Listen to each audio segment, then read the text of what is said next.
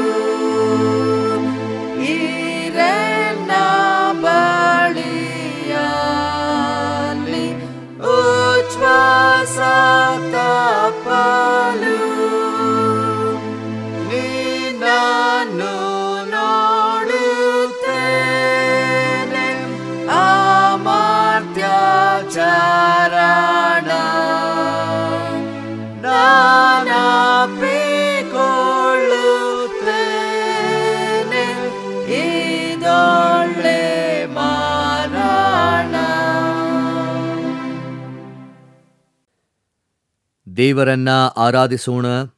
ಆರಾಧನಾ ಕ್ರಮ ಪುಸ್ತಕ 3ನೇ ವಿಧಾನದ ಮೊದಲನೆಯ ಭಾಗವನ್ನು ಅನುಸರಿಸೋಣ. ಆರಾಧನೆಯ ಕ್ರಮ ಪುಸ್ತಕ 3ನೇ ವಿಧಾನದ ಮೊದಲನೆಯ ಭಾಗವನ್ನು ಅನುಸರಿಸೋಣ.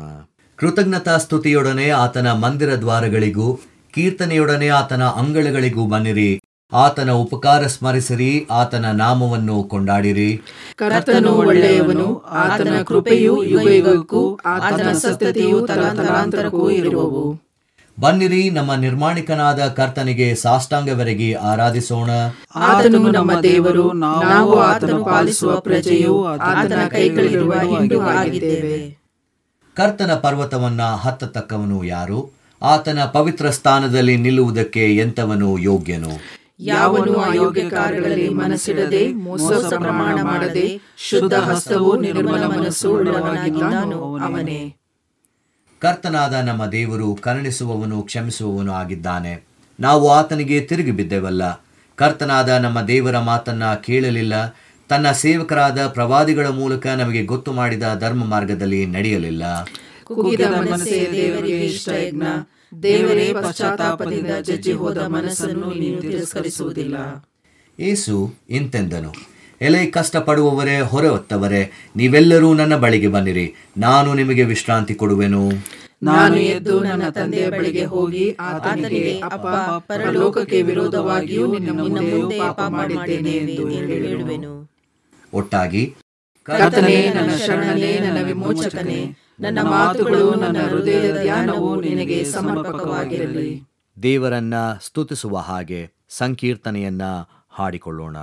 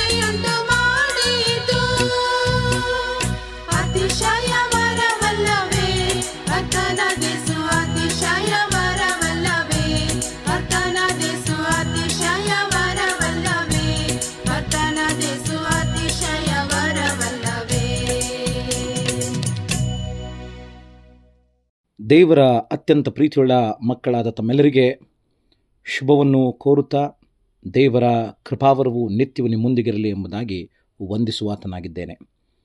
ಈ ದಿನದ ವಾಕ್ಯದ ಧ್ಯಾನಕ್ಕೆ ಕೊಡಲ್ಪಟ್ಟಂತಹ ಶೀರ್ಷಿಕೆ ಸೇಕ್ರಮೆಂಟ್ ಆಫ್ ಹೋಲಿ ಕಮ್ಯೂನಿಯನ್.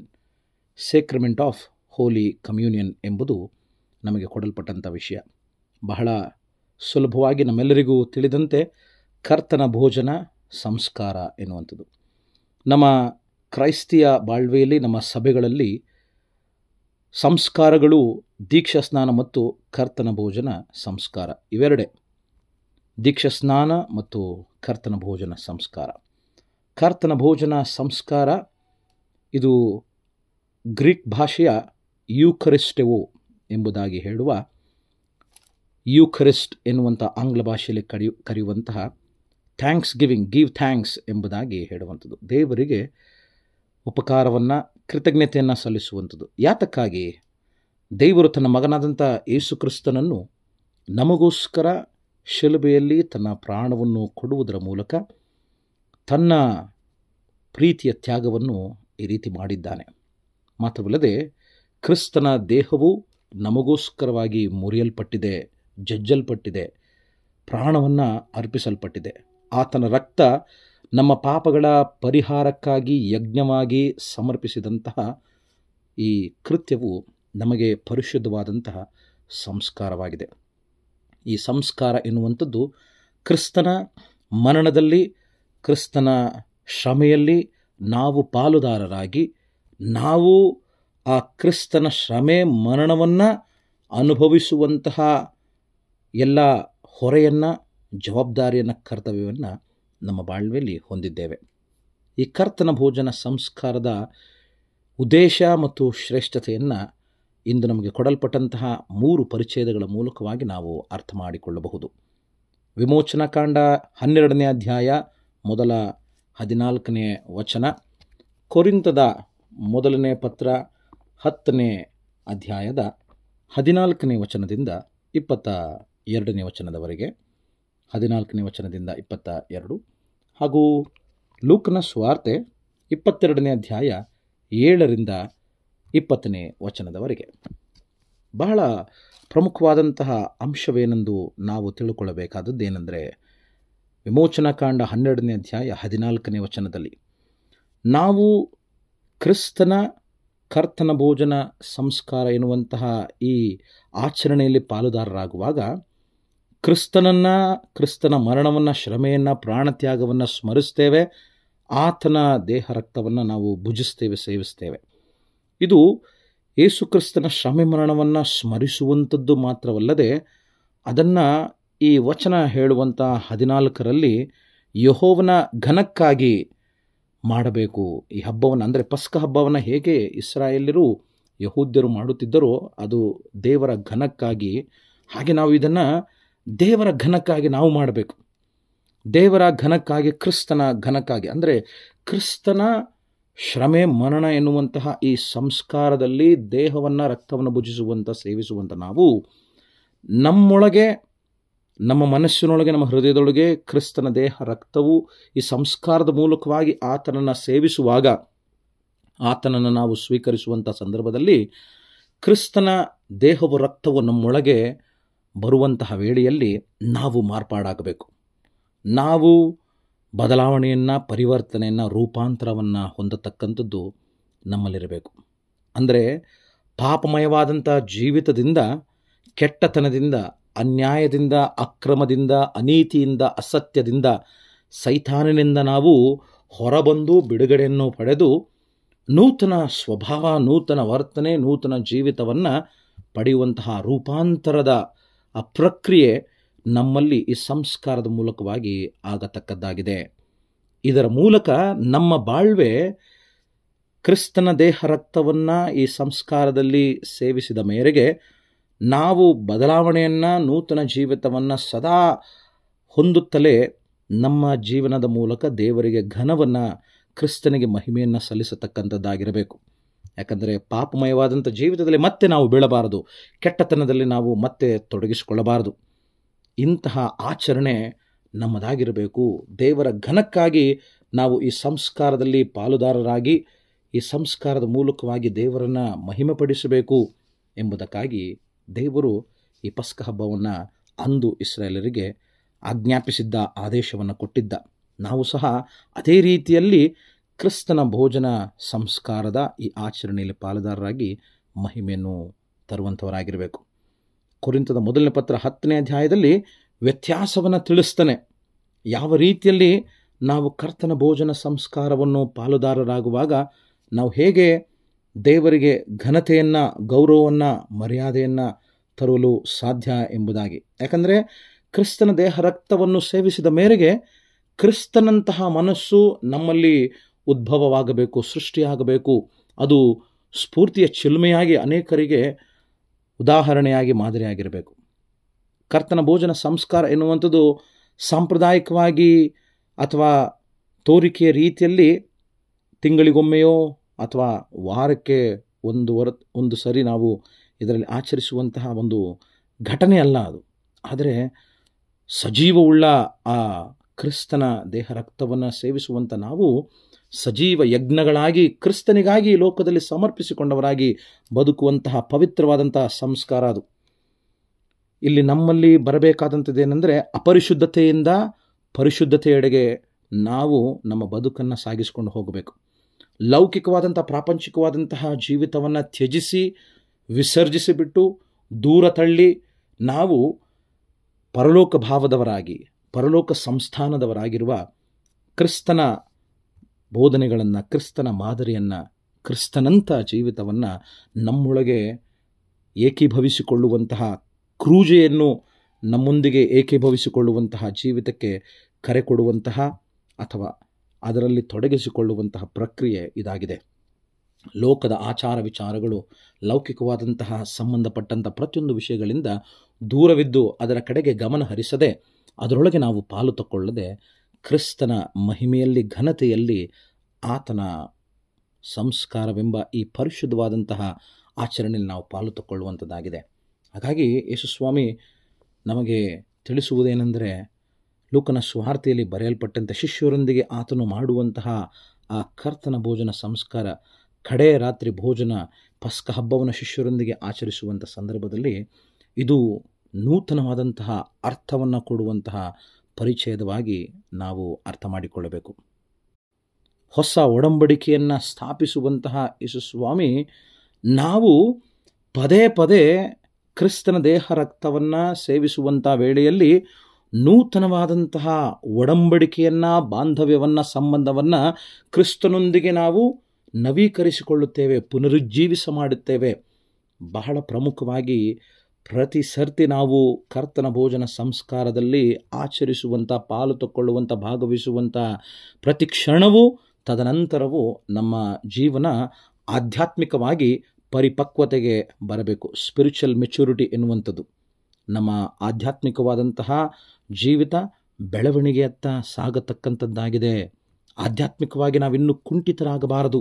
ಆಧ್ಯಾತ್ಮಿಕವಾಗಿ ನಾವು ಕುಂಠಿತವಾದಂತಹ ಜೀವಿತ ಮಾತ್ರವಲ್ಲದೆ ನಂಬಿಕೆಯಲ್ಲಿ ಕ್ಷೀಣವಾಗಬಾರದು.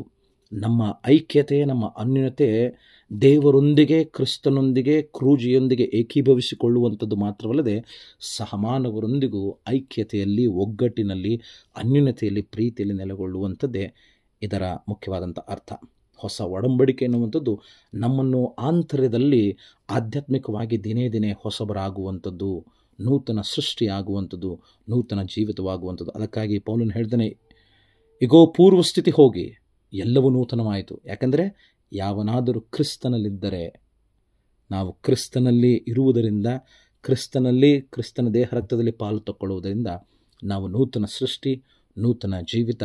ಅದು ನಮ್ಮ ಆಧ್ಯಾತ್ಮಿಕ ಜೀವಿತದ ಬೆಳವಣಿಗೆ, ಪರಿಪಕ್ವತೆ, ಆತ್ಮದ ಅಭಿವೃದ್ಧಿ ಮತ್ತು ಪರಸ್ಪರ ಸಹಮಾನವರ ಸಂಗಡ ಐಕ್ಯತೆ, ಪ್ರೀತಿಯಿಂದ ಇದ್ದು ನಮ್ಮಲ್ಲಿರುವಂತಹ ಎಲ್ಲ ಲೌಕಿಕವಾದಂಥ, ಪ್ರಾಪಂಚಿಕವಾದಂಥ ಎಲ್ಲ ದುರಾಚಾರಗಳನ್ನು, ಅಂತಹ ಸಂಬಂಧಗಳನ್ನು ನಾವು ಕಿತ್ತು ಹಾಕಿ ಪರಲೋಕ ಸಂಸ್ಥಾನದವರಾದ ಆ ಬಾಂಧವ್ಯವನ್ನು ನಾವು ಧರಿಸಿಕೊಳ್ಳುವಂಥದ್ದು, ರೂಢಿಸಿಕೊಳ್ಳುವಂಥದ್ದು, ಅದರಲ್ಲಿ ತೊಡಗಿಸಿಕೊಂಡು ಬಾಳುವಂಥದ್ದೇ ಈ ಪರಿಶುದ್ಧವಾದಂಥ ಕರ್ತನ ಭೋಜನ ಸಂಸ್ಕಾರ ನಮ್ಮನ್ನು ಪರಿಶುದ್ಧತೆಯಲ್ಲಿ ಜೀವಿಸಲು ಸಹಾಯ ಮಾಡುತ್ತದೆ.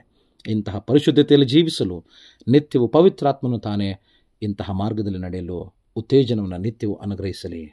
ಆಮೇನ್. ದೇವರ ವಾಕ್ಯ ಸಂದೇಶವನ್ನು ಕೇಳಿದಂಥ ನಾವು ನಮ್ಮ ನಂಬಿಕೆಯನ್ನು ದೃಢಪಡಿಸಿಕೊಳ್ಳುವ ಹಾಗೆ ಅಪೋಸ್ತಲರ ವಿಶ್ವಾಸ ಸೂತ್ರವನ್ನು ಏಕ ಮನಸ್ಸಿನಿಂದ ಒಟ್ಟಾಗಿ ಅರಿಕೆ ಮಾಡೋಣ. ಪರಲೋಕ ಭೂಲೋಕಗಳನ್ನು ಸೃಷ್ಟಿಸಿದ ಸರ್ವಶಕ್ತನಾಗಿರುವ ತಂದೆಯಾದ ದೇವರನ್ನು ನಂಬುತ್ತೇನೆ. ಆತನ ಏಕ ಕುಮಾರನಾಗಿರುವ ನಮ್ಮ ಪ್ರಭುವಾದ ಯೇಸು ಕ್ರಿಸ್ತನನ್ನು ನಂಬುತ್ತೇನೆ. ಈತನು ಪರಿಶುದ್ಧಾತ್ಮನಿಂದ ಕನ್ಯಾ ಮರಿಯಳ ಗರ್ಭದಲ್ಲಿ ಧರಿಸಲ್ಪಟ್ಟು ಆಕೆಯಲ್ಲಿ ಹುಟ್ಟಿ ಪೊಂತಿ ಪಿಲಾತನ ಆಧಿಪತ್ಯದಲ್ಲಿ ಶ್ರಮೆ ಹೊಂದಿ ಶಿಲುಬೆಗೆ ಜಡಿಯಲ್ಪಟ್ಟು ಸತ್ತು ಹೂಣಲ್ಪಟ್ಟು ಪಾತಾಳಕ್ಕೆ ಇಳಿದು ಮೂರನೇ ದಿವಸದಲ್ಲಿ ಸತ್ತವರೊಳಗಿಂದ ಎದ್ದು ಪರಲೋಕಕ್ಕೆ ಏರಿ ಹೋಗಿ ಸರ್ವಶಕ್ತನಾಗಿರುವ ತಂದೆಯಾದ ದೇವರ ಬಲಪಾರ್ಶ್ವದಲ್ಲಿ ಕುಳಿತುಕೊಂಡು ಇರುತ್ತಾನೆ.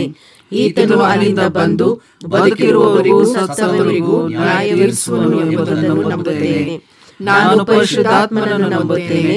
ಒಂದೇ ಪರಿಶುದ್ಧ ಕ್ರೈಸ್ತ ಸಭೆಯು, ಭಕ್ತರ ಅನ್ಯೋನ್ಯತೆಯು, ಪಾಪದ ಪರಿಹಾರವು, ದೇಹದ ಪುನರುತ್ಥಾನವು, ನಿತ್ಯ ಜೀವವು ಉಂಟೆಂಬುದನ್ನು ನಂಬುತ್ತೇನೆ.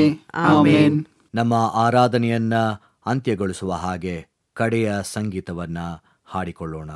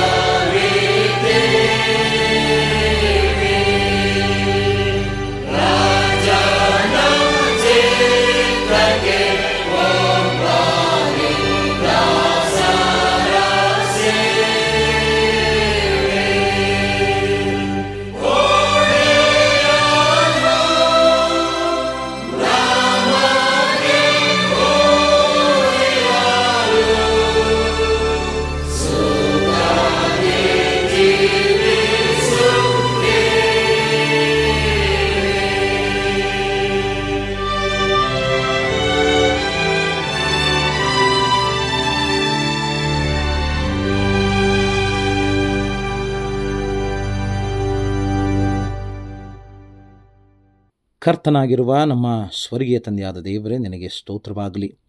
ನಿನ್ನ ಮಗನೂ ನಮ್ಮ ಅತಿ ಪ್ರಿಯನಾದಂಥ ಯೇಸು ಕ್ರಿಸ್ತನು ತನ್ನ ಪ್ರಾಣವನ್ನು ಶಿಲುಬೆಯಲ್ಲಿ ತ್ಯಾಗ ಮಾಡುವುದರ ಮೂಲಕ ನಮ್ಮನ್ನು ಪಾಪಗಳ ದೆಸೆಯಿಂದಲೂ ಪಾಪಮಯವಾದಂಥ ಜೀವಿತದಿಂದಲೂ ಸಂಪೂರ್ಣವಾದಂಥ ಬಿಡುಗಡೆಗೆ ನಡೆಸಿದ್ದಾನೆ.